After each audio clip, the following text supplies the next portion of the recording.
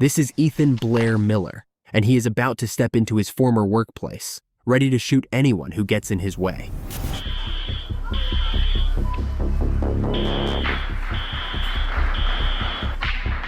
Minutes before this tragedy, Ethan sent a chilling message to his family, one that no one would ever want to receive.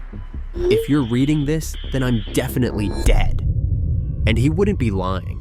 Ethan would end up dead, but not from the officer's bullets, rather from something no one saw coming. However, his classmates had already noticed something very strange about him long before, a behavior that now seems like a sign of what was to come. Ethan Blair, an apparently ordinary student, sparked curiosity and even a bit of fear among his peers. Not because he was troublesome or loud, but because of a strange habit. He always carried a notebook in which he wrote obsessively. Every class, every free minute, every break. Ethan filled its pages with enigmatic notes. And little did his classmates know that each day they stayed alive around him was a blessing. But what was he writing? Stories began to circulate among some classmates who claimed to have read one of the pages from his enigmatic notebook. Those words, filled with coldness and contempt, read, "Death, so peaceful. Death happens every day, get over it. You want me to feel bad? Well, I don't. Humans are nothing." These phrases caused a stir in the school hallways, but what no one knew was that this was nowhere near the most disturbing page in Ethan's notebook. There was one page none of his classmates ever got to read, a page that contained something no one would ever want to discover about a classmate. On it, Ethan wrote, "I'm gonna be a school shooter. Crazy. I've had a morbid interest in shootings for a long time, especially Columbine, my last resort. I didn't think it'd ever go this far. But here I am, a fucking pathetic human. I was the quiet kid with anger issues all throughout school, so maybe it's not as much of a surprise to some of you." And he would be right. It wouldn't be much of a surprise, especially for Isaac, his classmate, who, after an altercation at school, ended up getting both of them suspended for a week. But what seemed like a temporary punishment marked the beginning of something much darker. When Isaac got home after the incident, he received a message from Ethan. What he read left him stunned. "I'm gonna shoot you." Isaac responded with disbelief. "Sure, shut up." But Ethan insisted with something more direct and terrifying. "You're going to regret it." Time passed, and although Isaac tried not to give it too much importance, the memory of that message haunted him, until one day he saw him again, in the parking lot of Safeway, where Ethan worked. There, the young man once again faced a direct death threat. The experiences Isaac recounts are chilling, especially knowing what Ethan would end up doing weeks later. However, the true revenge Ethan had in mind was against his school. For weeks, he had been writing down his plans for the school shooting and his darkest thoughts, outlining every detail with unsettling precision. According to what he himself stated in his notes, yes, Columbine partially inspired this. "I've been interested in the case for a long time, and it has provided the blueprint and part of the inspiration for Doomsday.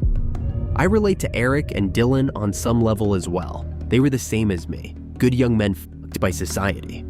Ethan already had his plan set, but just when he was ready to move from planning to execution, a problem arose, one he hadn't considered.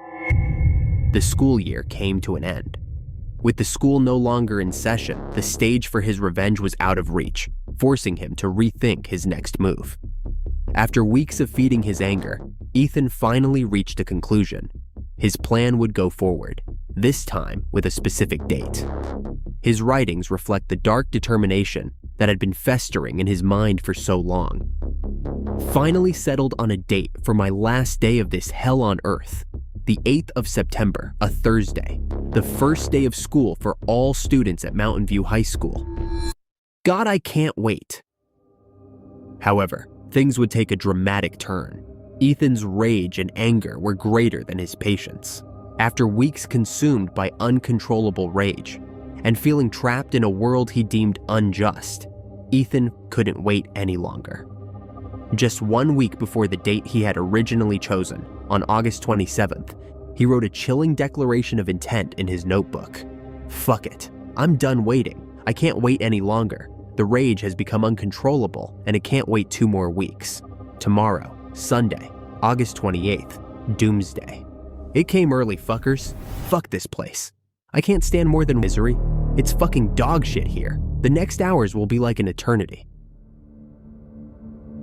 His plan, initially scheduled for the first day of school, was brought forward. However, due to the holidays, he made a different decision.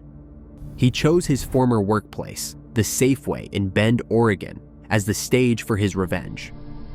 That night, while the world carried on, just hours before the massacre, Ethan wrote what would be some of his final words.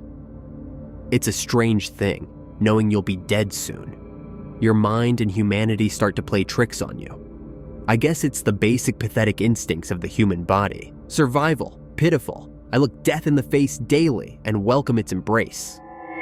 But something unexpected was about to happen again. His younger brother, whose identity and age have not been publicly revealed, interrupted his plans by reminding him of a promise Ethan had made, that the next day they would watch a football game together in the afternoon. Ethan agreed, and he wasn't lying, because the next day, while the two brothers shared the moment watching the game, everything seemed calm. But when the game ended, Ethan's dark resolve took control once again. With an attitude that raised no suspicion, Ethan gave his brother some cash and asked him to go buy something to drink. While his brother was out, Ethan changed clothes and prepared for what he had called Doomsday. However, what his younger brother didn't know was that it would be the last time he would see him alive. Once he had gotten rid of his brother, Ethan prepared his weapons and headed in a barely discreet manner to his target scenario, the Safeway he used to work in.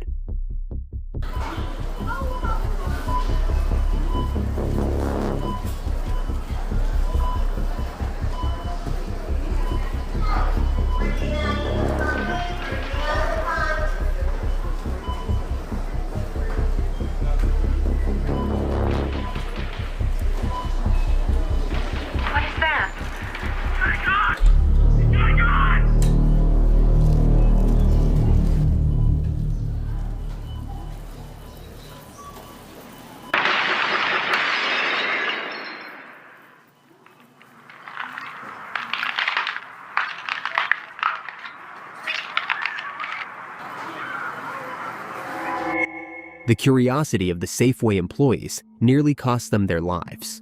In an instant, the supermarket turned into chaos as gunshots echoed everywhere. The sound of bullets triggered screams and panic, while employees and customers desperately scrambled for cover. Fortunately, up until that moment, no injuries or fatalities had been reported. But that was about to change in the next few seconds.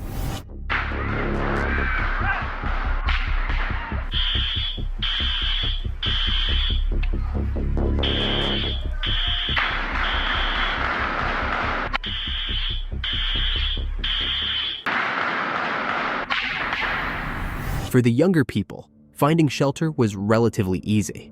However, for Glenn Bennett, an 84-year-old man, the situation was very different. His limited mobility left him exposed in the chaos, and the first shot struck him, sending him to the ground. But for Ethan, that wasn't enough. With terrifying coldness, Ethan approached the elderly man and, without hesitation, fired 15 more shots at him. Glenn lay motionless on the floor, marking one of the most brutal moments of that night. But as Ethan moved forward in search of more victims, the next encounter would be very different. This time, standing in his path was someone whose legs froze with fear. However, instead of ending their life as he had done with Glenn, something unexpected happened.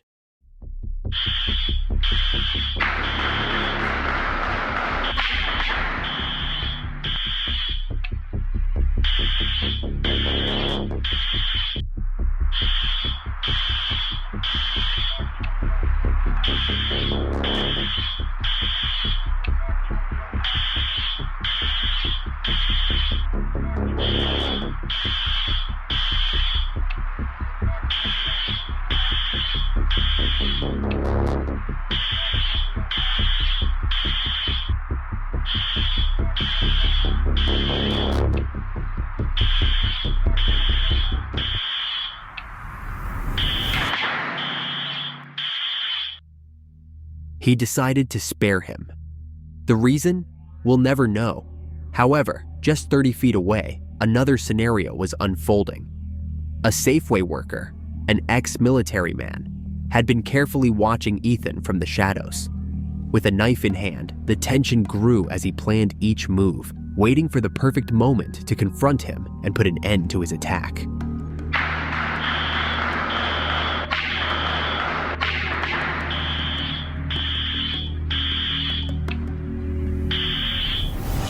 "66-year-old Donald Surratt Jr., a Korean War survivor, would die at Ethan's hands while attempting to stop a massacre. However, in doing so, he did stop it. He was the last innocent person to lose their life to Ethan. Not because Ethan wanted to stop, but because the police were already arriving. As the officers approached, the situation became eerily silent. No more gunfire, no sounds of chaos. Just an unsettling stillness. And then, a single gunshot. The echo faded, swallowed by the silence that followed. The officers rushed inside, expecting to face an armed and dangerous shooter. But what they found was something else entirely. That same morning, before everything unfolded, Ethan had written one final message. Words that seemed to foreshadow the inevitable. Why? I can already see all of you asking that question. And the answer is that I have no fucking idea. My head just doesn't fucking work anymore. It's like a living hell. I can never shut my thoughts off. To all my family and friends, I loved all of you dearly. None of this is your burden. I chose this 100% on my own. No one else is at fault. So with all of that said, I want you all. And there, in the dimly lit room, the officers finally saw him. Ethan's lifeless body. The massacre had come to an end, but the questions were only beginning. So, what's the hottest online slots casino in Ontario right now? Oh, it's Betty, hands down.